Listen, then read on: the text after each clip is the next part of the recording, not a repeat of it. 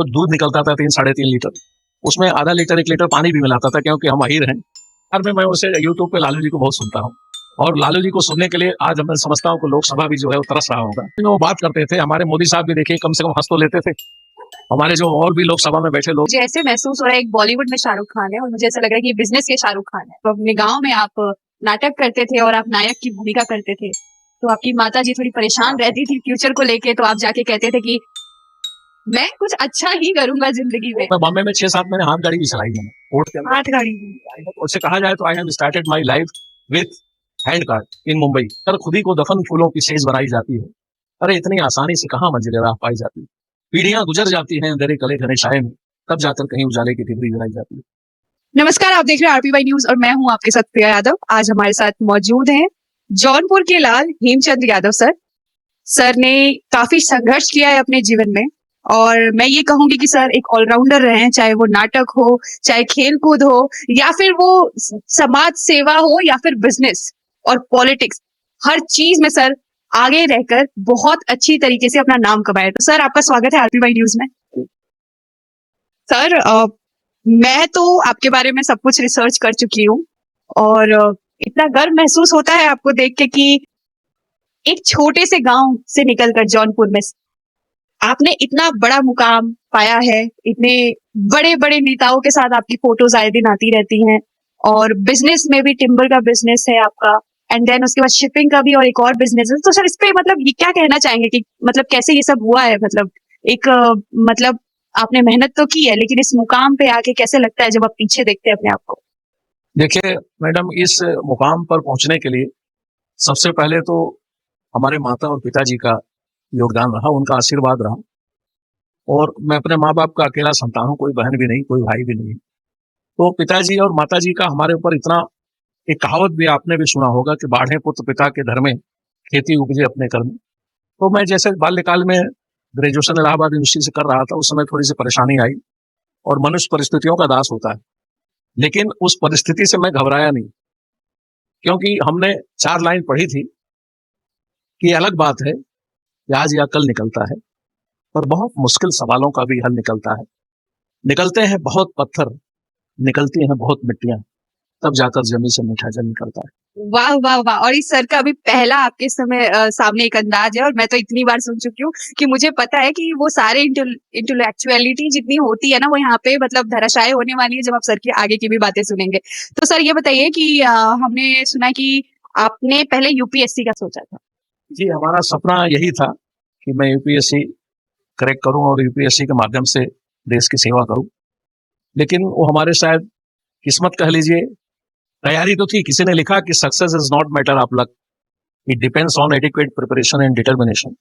वो डिटर्मिनेशन और प्रिपरेशन में कमी नहीं थी। जब मैं 1979 से 1981 तक इलाहाबाद विश्वविद्यालय, जो कि देश का कैम्ब्रिज बोला जाता था उस समय, उसमें मैं स्नातक की डिग्री प्राप्त कर रहा था। स्नातक की डिग्री प्राप्त करने के जैसे हमारे रिजल्ट आए, हमारे पिताजी जो है थोड़ा सा उनकी दिमाग की हालत खराब हो गई और परिस्थिति इतनी नाजुक हो गई कि फिर से मतलब हमारी हिम्मत नहीं पड़ी कि मैं पढ़ाई को आगे कर सकूं, क्योंकि अब उसमें हमको 3-4 साल 5 साल तैयारी के लिए लगना था और उसमें पैसे भी चाहिए थे, क्योंकि प्रतियोगिता दर्पण, प्रगत मंजूषा, कम्पिटिशन मास्टर, ये सब मंगाना। उस समय तो हमको घर से 50 रुपए 100 रुपए भी नहीं मिलते थे।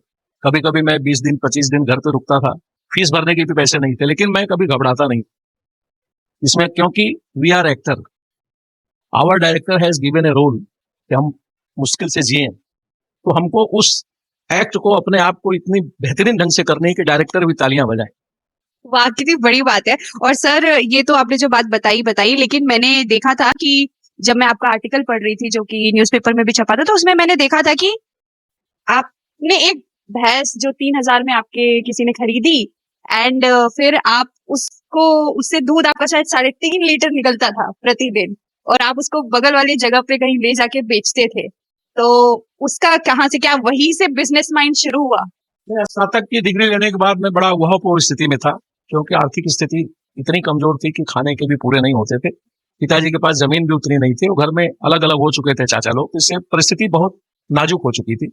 ऐसी परिस्थिति में मुझे ऐसा लगा कि मुझे कुछ न कुछ अपना जीवन यापन चलाने के लिए तो करना चाहिए। तो जीवन यापन चलाने के लिए मैंने, हमारे एक मौसा जी थे, उनसे मैंने जाकर उनके गांव में 3,000 रुपए में एक भैंस खरीदी थी। और उस भैंस से का दूध निकलता था 3-3.5 लीटर। उसमें आधा लीटर 1 लीटर पानी भी मिलाता था, क्योंकि हम अहीर हैं और हमारा भगवान कृष्ण ने हमको धंधा दिया। सर फिर से बता दीजिए क्योंकि हम वही है।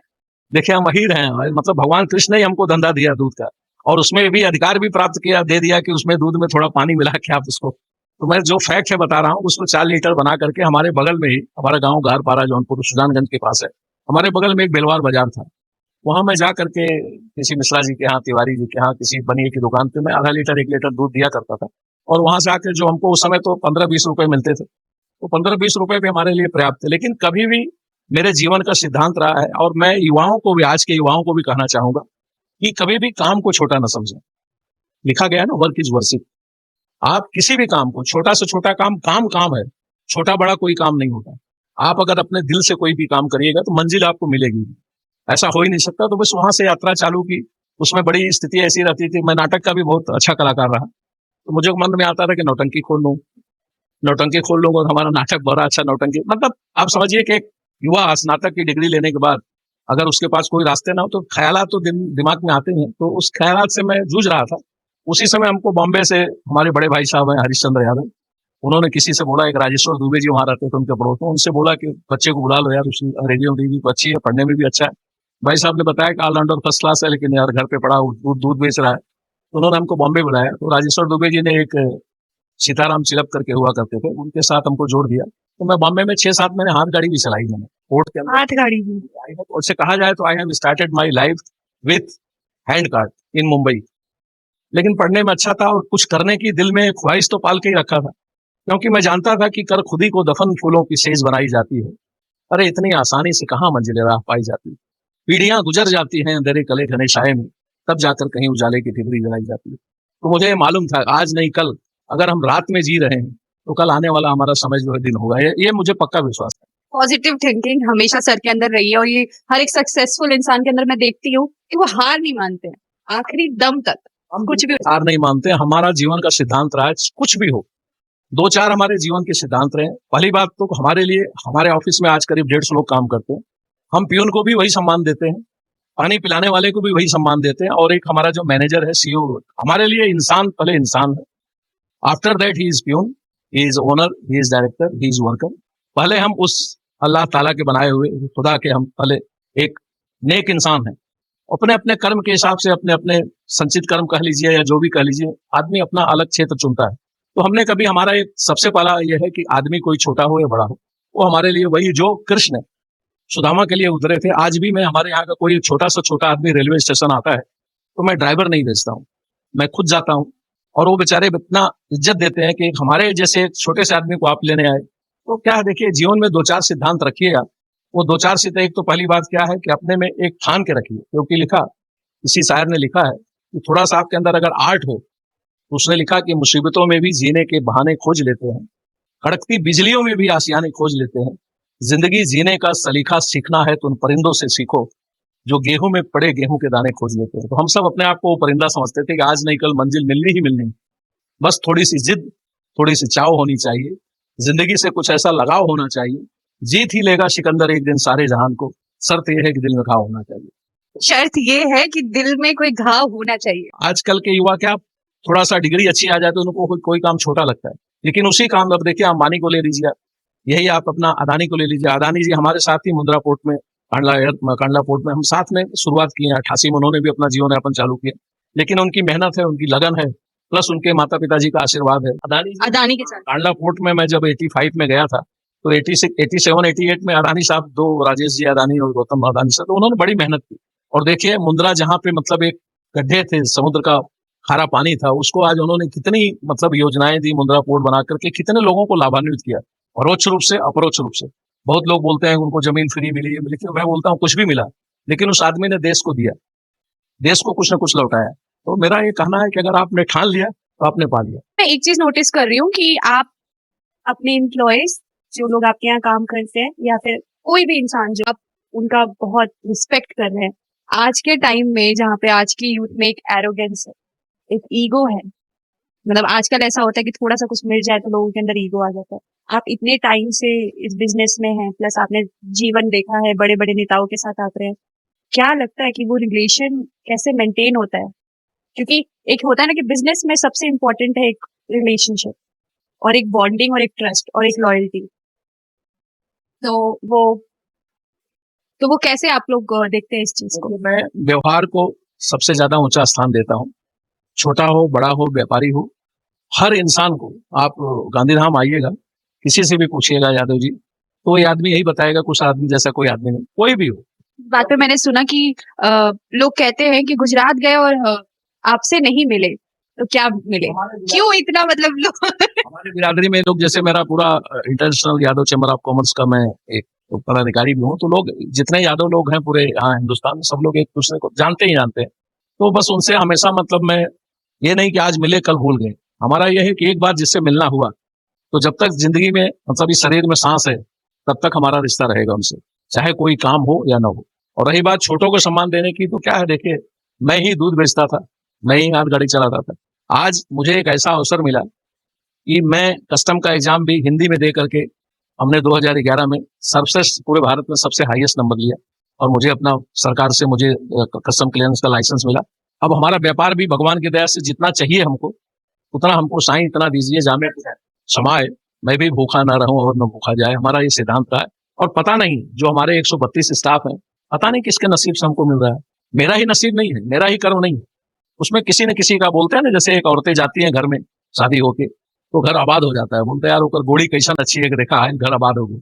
और कोई कोई जाती है घर में तो घर बर्बाद हो जाता है, बोले आई फलानी देखिए उसका गोड़ी पड़ा बर्बाद हो गया। तो क्या है, मेरा ये सोचना है कि छोटा बड़ा कुछ भी नहीं है, पता नहीं किसके किसके संयोग से किसके चलते हम आज यहाँ पे हैं। माता पिता जी का आशीर्वाद तो है ही, लेकिन जो हमारे साथ एक टीम चल रही है उस टीम में भी कोई न कोई हमारे साथ ऐसा है जिसके चलते आज हम विकास की नई नई गाथा, हम सोच भी नहीं सकते थे कि हम इम्पोर्टर बनेंगे, हम सोच भी नहीं सकते थे हम बिजनेसमैन बनेंगे, हमने कभी कल्पना भी नहीं की। हाँ, इतना जानता था कि ईश्वर जो कराएगा उसको करूंगा। क्यों? कि हम उनको डायरेक्टर मानते हैं, हम एक रंगमंच, दुनिया के एक रंगमंच पे हैं, तो हमारा डायरेक्टर जो रोल दे रहा है उस रोल को, अगर अभी हमको दुख का रोल है, हमको रोने का रोल है, अगर उसमें मैं हंसूं तो डायरेक्टर आगे से रोल ही नहीं देगा, बोलेगा get out, you are not fit for my drama. तो हमारा क्या रहा है कि according to direction of our director you act properly with positive thinking. सही बात है सर। और मेरे को डायरेक्शन से याद आया कि जब मैंने पढ़ा था उस आर्टिकल में कि जब अपने गांव में आप नाटक करते थे और आप नायक की भूमिका करते थे तो आपकी माता जी थोड़ी परेशान रहती थी फ्यूचर को लेके, तो आप जाके कहते थे कि मैं कुछ अच्छा ही करूंगा जिंदगी में। मुझे विश्वास था ना, वो मुझे विश्वास था कि मैं अच्छा बनना ही बनना है। क्यों अच्छा बनना है? कि मुझे मालूम था कि परिवर्तन प्रकृति का शाश्वत नियम है। आज अगर आप दिन में हैं तो आप चिंतित होइए, कल आपका आने वाला वक्त जो है रात में अंधेरा है। अगर हम रात में हैं तो हमारा आने वाला दिन उजाला है। हम इस बात से दृढ़ थे, इसलिए माँ को मैं बोलता था कि एक दिन तुमको अच्छी गाड़ी में घुमाऊंगा, कभी ये फील नहीं होने दूंगा कि तुम्हारे पास कोई और बेटा नहीं है, कभी तुमको ये हमारी मिसेस भी निर्मला जी भी फील नहीं करने दिया कि उनकी कोई बेटी नहीं। और उन्हीं माता जी के जिद के चलते आज मेरे पास 6 बच्चे हैं, 3 बेटे हैं 3 बेटियां, और बेटों में भी नाम किसका रखा है? बड़े बेटे का नाम कन्हैया, दूसरे का नाम कृष्णा, तीसरे का नाम नंदलाल। किसी न किसी बहाने उस योगेश्वर परमेश्वर, उस अखिल ब्रह्मांड नियंता को गोपालन करता हरता समस्त कष्टार्थ दुख हरता राधा बल्लभ का नाम तो आए। और पोता भी हुआ तो पोते का भी नाम हमने यदुराज रखा। बिटिया के 2 बेटे हुए, उनका भी नाम मैंने पार्थ और आर्यन रखा कि किसी न किसी बहाने उसका नाम आना चाहिए। आजकल तो एक पैटर्न चला, बड़ा छोटा सा नाम रखते हैं, छोटा छोटा नाम, 2 अक्षर का नाम रखने में भी परेशानी हो रही, बच्चा तो पैदा करने में छोड़ दीजिए। मैं ना जितनी देर सर से बात कर चुकी हूँ मुझे ऐसे महसूस हो रहा है एक बॉलीवुड में शाहरुख खान है और मुझे ऐसा लग रहा है कि बिजनेस के शाहरुख खान है। नहीं, ऐसा कुछ नहीं, इतना बड़ा नहीं हूँ, लेकिन यह है कि जहां बसे ता सुंदर देशु, जो नित पाले वही नरेशु। मैं गांधीधाम में भगवान की दया से लोगों का इतना प्यार मिला कि मैं टिम्बर इंडस्ट्री में तो बहुत कम मेरा योगदान है, मैं टिम्बर इंडस्ट्री में भी 3 बार इलेक्शन लड़ा, तीनों बार में सेकंड हाईएस्ट रहा 17 की टीम में। और गांधीधाम चैम्बर ऑफ कॉमर्स में भी मैं चुनाव लड़के जीता, और कस्टम ब्रोकर्स एसोसिएशन का भी मैं 6 साल प्रेसिडेंट रहा, और 2 बार तो निर्विरोध रहा। और एक बार इलेक्शन हुआ तो उसमें 87 वोट पड़े थे, उसमें से 84 वोट हमको मिले थे और 3 वोट इनवैलिड हुए थे। तो लोगों का कितना बड़ा प्यार है गांधीधाम। जैसे हमने अभी देखा है कि रेखा गुप्ता जी से भी आप मिले, मतलब दिल्ली की मुख्यमंत्री जी के साथ मिलना कोई आम बात है नहीं। इतनी मतलब उस मीटिंग के बारे में बताइए सर। मीटिंग के बारे में देखिए, बड़े दिन से जब से वो बनी थी, वैसे जब वो इलेक्शन में खड़ी हुई तब से उनके भाई से हमारा संबंध है। उन्होंने मैसेज डाला था, मतलब हम काफी दिन से उनसे पहले से ही परिचित थे। बस इच्छा हुई कि एक बार हमारी बहन जो है एक बड़े मुकाम पे, देखिए अभी पहले तो चर्चाएं क्या थी कि ये बनेंगे वो बनेंगे वो बनेंगे, लेकिन त्रिया चरित्रम पुरुषस्य भाग्यम देवो न जानात कुतो मनुष्य, हमारी बहन को मुख्यमंत्री का ताज मिलना था।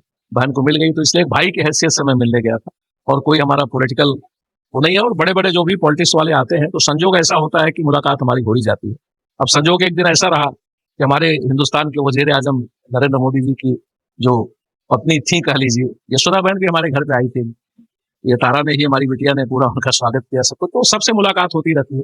जिंदगी में बड़े बड़े नेताओं से मैं मिल चुका हूँ, और मैं एक बार हमें सौभाग्य प्राप्त हुआ, हमारे माता पिता का आशीर्वाद कहिए, लोगों का प्यार कहिए, हमें एक बार नरेंद्र मोदी जी ने एक टीम बना के यहाँ से भेजी थी रशिया, आज के 5-6 साल पहले, कि रशिया से व्यापार चालू करना है। तो हम 52 लोग एक ही फ्लाइट में, चार्टर्ड फ्लाइट में गए थे। हमारे साथ माननीय योगी आदित्यनाथ जी भी थे, विजय सावंत भी थे, गोवा के मुख्यमंत्री, और हमारे उस समय तत्कालीन मुख्यमंत्री विजय रूपानी जी थे।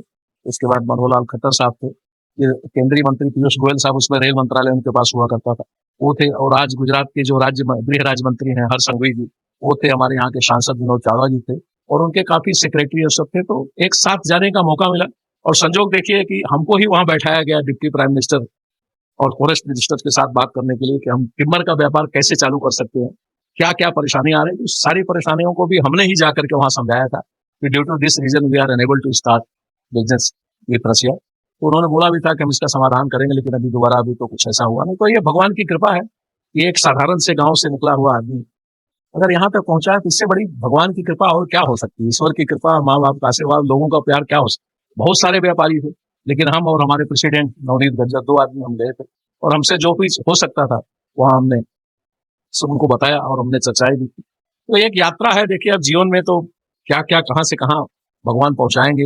एक यात्रा पे चला हूं, कोई अपेक्षा नहीं है अभी कि मैं अंबानी बनूं, अदानी बनूं, लेकिन ये है बस एक ही चीज है कि मेरे जिंदगी के कुछ ऐसे ख्वाब हैं। नासिर ने कहा था 2 लाइन कि मेरे जिंदगी के कुछ ऐसे ख्वाब हैं जिन्हें आसमान से भी दूर चाहता हूं। मेरी जिंदगी भले गुमनाम रहे, बट मौत मशहूर चाहता हूं। इसी के साथ मतलब मैं जीना चाहता हूँ। सबसे संबंध इसीलिए रखता हूँ कि कंधा लगाने वाले, जब मैं इस दुनिया से रुखसत हूँ, तो मैं कंधा लगाने वालों की संख्या ज्यादा सी। योगी आदित्यनाथ जी के साथ भी आप गए थे, तो उनके बारे में थोड़ा बताइए, क्योंकि वो तो लोगों के लिए एक बहुत एक मतलब चर्चा में रहते हैं, और काफी लोग उनको पसंद करते हैं। और उनके जो सीएम, जिस तरीके से उन्होंने मुख्यमंत्री का पद संभाला यूपी में, तो काफी लोगों ने उनको बोला है कि काफी अच्छा काम कर रहे हैं। आपका पर्सनल उनसे कैसा रहा है? आप जब जाएंगे यूपी तो आपको काम दिखेगा। और मेरा तो पर्सनल, मैं 3 दिन एक ही जगह पे हम लोग रुके रहे, तो सुबह शाम हमारा आना जाना। तो बहुत ही सरल आदमी है और बहुत ही सम्मान धनी है वो। देखिए, संत होकर के भी मतलब वो ऐसे काम के बारे में उनका एक सपना है कि उत्तर प्रदेश को उत्तम प्रदेश बनाओ। उत्तर प्रदेश और बिहार पूरे भारत में जो 2 हमारा स्टेट है, राज्य है, दोनों राज्य बड़ा बदनाम माना जाता है। तो जो एक लेख से सपना चले हैं हमारे योगी जी, और प्लस हमारे जो यहाँ 2 शेर बैठे हैं साबरमती के, माननीय नरेंद्र मोदी जी और अमित शाह जी, ये लोग चाह रहे हैं देश की स्थिति। तो आप अपने आप देख, आप तो युवा हैं, आप तो अपने आप देख रही होंगी कि देश की स्थिति बदली है, और कुछ ना कुछ रहो। वैसे मैं राजनीतिक कमेंट कोई नहीं करूंगा, लेकिन जैसे स्वच्छता का माननीय मोदी साहब ने लाया, आज आप देखिए हम गाड़ी में चलते हैं, हमारे बच्चे अगर हम जैसे चिप्स खा के सोचे कि बाहर फेंक दो, तो बच्चे हाथ पकड़ लेते हैं, नहीं नहीं नहीं पापा इसको डस्टबिन नहीं। तो असर तो हुआ है। रोडों आप देख लीजिए, रोड की स्थिति क्या हो गई है। माननीय गडकरी साहब ने इस हिसाब से पूरे भारत में ऐसा रोडों का जाल बैठा दिया कि आप कहीं भी आसानी से जा सकते हैं। की तो बात ही क्या करें, मतलब वो इतने बड़े बड़े उन्होंने प्रोजेक्ट्स बनाए, वो दूरी और फासले इतने कम टाइम में कर दिए कि लोग इतनी अच्छी तरीके से ट्रैवल कर पा रहे हैं कम कम समय में। और रोड्स के लिए तो गडकरी सब मतलब काफी अच्छा उनका कंट्रीब्यूशन रहा है। और उसके अलावा कोई आपको ऐसा लगता है कि ये नेता अच्छे लगते हैं? पर मिजाज वाइज, एक तो पॉलिटिकल होता है, एक मिजाज वाइज होता है कि हमें ये नेता पसंद नहीं, हम तो देखिए वैसे कोई पर्टिकुलर पार्टी से मैं अभी तक जुड़ा नहीं हूँ। नेता हमको सब अच्छे लगते हैं, ये सबसे अच्छा आंसर है। चाहे वो पक्ष में बैठा हो चाहे विपक्ष में बैठा हो। देखिए, मैं ये तो चाहता हूँ कि पक्ष में किसी भी सरकार हो, लेकिन अच्छे लोकतंत्र में एक विपक्ष, सशक्त विपक्ष का भी होना जरूरी है। तो हमारे लिए तो सब मतलब मैं उसे किसी का वो बखान नहीं करता, लेकिन आप जो काम हो रहा है वो आपको दिख भी रहा है। अच्छा चलिए सर, ऐसे नॉर्मली पूछ लेते हैं, क्योंकि हम तो ज्यादातर बिहार पे बनाए हैं, तो एक बार बिहार का नाम नहीं लेंगे तो बहुत ही अजीब लगेगा। बिहार में कौन से नेता आपको सबसे मतलब, एक तो होता है कि पॉलिटिकल एस्पेक्ट से नहीं, ऐसे आपको पर्सनली कौन से नेता लगते हैं कि अच्छे लगते हैं? देखिए, बिहार में मैं उसे यूट्यूब पे लालू जी को बहुत सुनता हूँ, और लालू जी को सुनने के लिए आज मैं समझता हूँ कि लोकसभा भी जो है वो तरस रहा होगा। अरे लोकसभा क्या, मुझे लगता है कि पूरा देश तरस रहा है कि लालू जी को वो अंदाज, ममता बहन और ये और जिस अंदाज में वो बात करते थे, हमारे मोदी साहब भी देखिए कम से कम हंस तो लेते थे। हमारे जो और भी लोकसभा में बैठे लोग थे, उनके अदा पे, उनकी बोली पे, उनको एक देखिए सब, लेकिन लालू जी का भी एक जमीनी स्तर जहां से उठे हो और जो क्रांति लाई उन्होंने बिहार में, जो चीज उन्होंने कर दिया कि एक साधारण सोच जिसका नहीं था उसको भी सांसद बनाया उन्होंने, एक जिसकी जरा से भी वो भी विधायक बन गया, जिसको मालूम ही नहीं था विधायक का स्पेलिंग क्या होता है, अगर उसको मेंबर ऑफ पार्लियामेंट लिखने दे दिया जाए तो शायद नहीं लिख सकता होगा उसमें, बाद में तो हो ही गया होगा, पद पाने के बाद तो सब तरस से उठते हैं। तो मतलब मेरा कहना है, मतलब लालू जी का भी स्वभाव के मामले में हम उनको बहुत ज्यादा पसंद करते हैं। पसंद करते हैं। तो ये थे Hemchand Yadav sir. I hope कि आपको हमारा इंटरव्यू काफी अच्छा लगा और सर ने काफी अच्छी बातें बताई हैं, युवाओं के लिए अच्छे संदेश है। और अगर आने वाले समय में अगर हम चाहेंगे कि सर मतलब आप बिजनेस तो कर ही रहे हैं और प्लस आई होप कि सर हम सर को आगे भी बहुत अच्छी अच्छी जगहों पे देखें। तो धन्यवाद सर आरपीवाई न्यूज़ को इंटरव्यू देने। थैंक यू, आपका भी बहुत बहुत शुक्रगुजार। बस भगवान से यही प्रार्थना करूंगा कि आपके जीवन का हर पल सुनहरा हो, बसंत कुर्निश बजाए और सदैव फूलों का पहरा हो। इसी कामना के साथ एक बार उस परम पिता परमेश्वर, शांत स्वभाव वाले सनातनी, निर्गुण रूपी माया से प्रभावित निर्देव निरपो को सर्वमणि अध्यापक के चरणों में वंदन करता हूँ। आपके स्वास्थ्य की कामना करता हूँ और आप भी अभी युवा हैं, आप आगे चल के एक हस्ताक्षर बने, बस मेरी यही कामना। बहुत बड़ी बात है। धन्यवाद सर, बहुत अच्छा लगा। एंड थैंक यू सर आपकी इतनी अच्छी बातों के लिए। आई होप मैं अच्छी मेहनत करूंगी। तो धन्यवाद देखने के लिए आरपीवाई न्यूज़, और बने रहिए आरपीवाई न्यूज़ के साथ, आगे भी और न्यूज़ देखने के लिए। धन्यवाद।